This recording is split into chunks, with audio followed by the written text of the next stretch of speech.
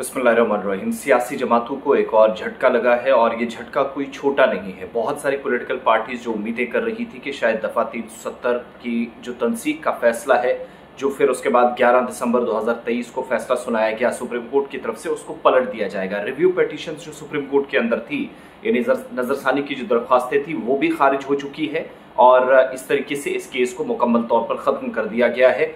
अब supreme court के अंदर इस केस में कुछ बचा नहीं है। अगर कोई इस केस पर बहस करना चाह रहा था, इसके लिए भी दरख्वास्तें दी गई थी, वो भी खारिज हो गई है, उसकी भी इजाजत नहीं दी गई है।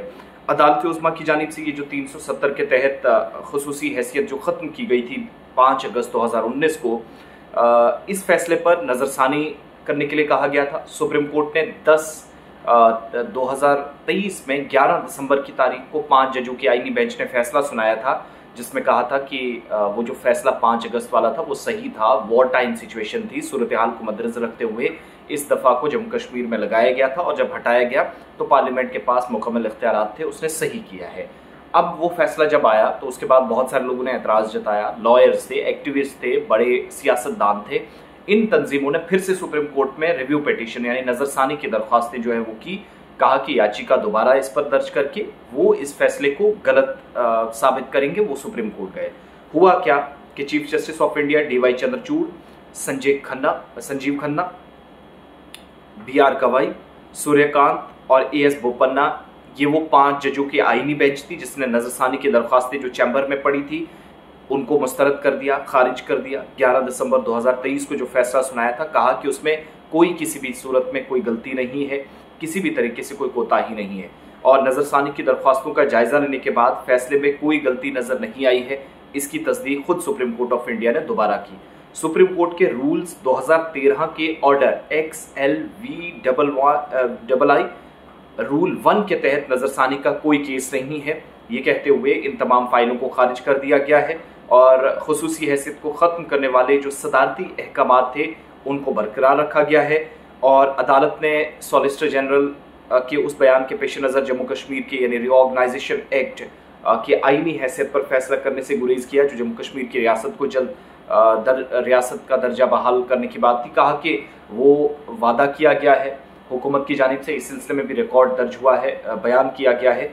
तो 30 सितंबर 2024 की आखिरी तारीख जो जम्मू कश्मीर में असेंबली इंतखाबात के इनेकाद के लिए मुकर्रर है, अदालत की तरफ से फिर वो याद दिलाया गया। हुकूमत को कहा गया कि आप अपने वादे पर खरा उतरे, वादा पूरा करें। लेकिन दूसरी तरफ मुख्तलिफ तंजीमें जो इस फैसले को चैलेंज कर रही थी कि 11 दिसंबर वाला जो फैसला सुनाया गया था वो बिल्कुल गलत था। अब सुप्रीम कोर्ट में कौन कौन गया था जिनको सबसे बड़ा झटका लगा है? रिव्यू पिटीशन जिन्होंने दी थी, Awami National Conference, Jammu Kashmir Peoples Democratic Party, CPIM की leader Mohammad Yusuf Tarigami, Jammu Kashmir High Court Bar Association और लॉयर नेशनल कॉन्फ्रेंस के लीडर भी हैं मुजफ्फर इकबाल खान साहब।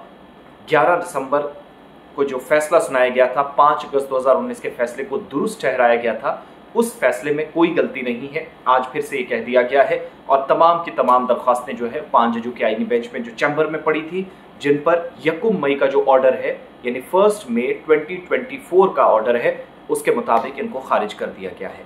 तो पॉलिटिकल पार्टीज जो कह रही थी कि अभी बहुत कुछ होना बाकी है, कानूनी चाराजोई हमारी नज़र में यहाँ ख़त्म हो गई है, क्योंकि नजरसानी की दरख्वास्तें ख़त्म होने का मतलब ये है कि यूनियन टेरिटरी के मतलब इस केस पर जो रियासत के दर्जे पर कोई जवाब आएगा या असेंबली इंतखाबात पर कोई जवाब आएगा, तो पिछला फैसला जिस पर हुकूमत ने कहा था, सॉलिसिटर जनरल का जो बयान था कि लद्दाख को छोड़कर जम्मू कश्मीर को रियासत का दर्जा जो हुकूमत ने वादा किया है वो दिया जाएगा।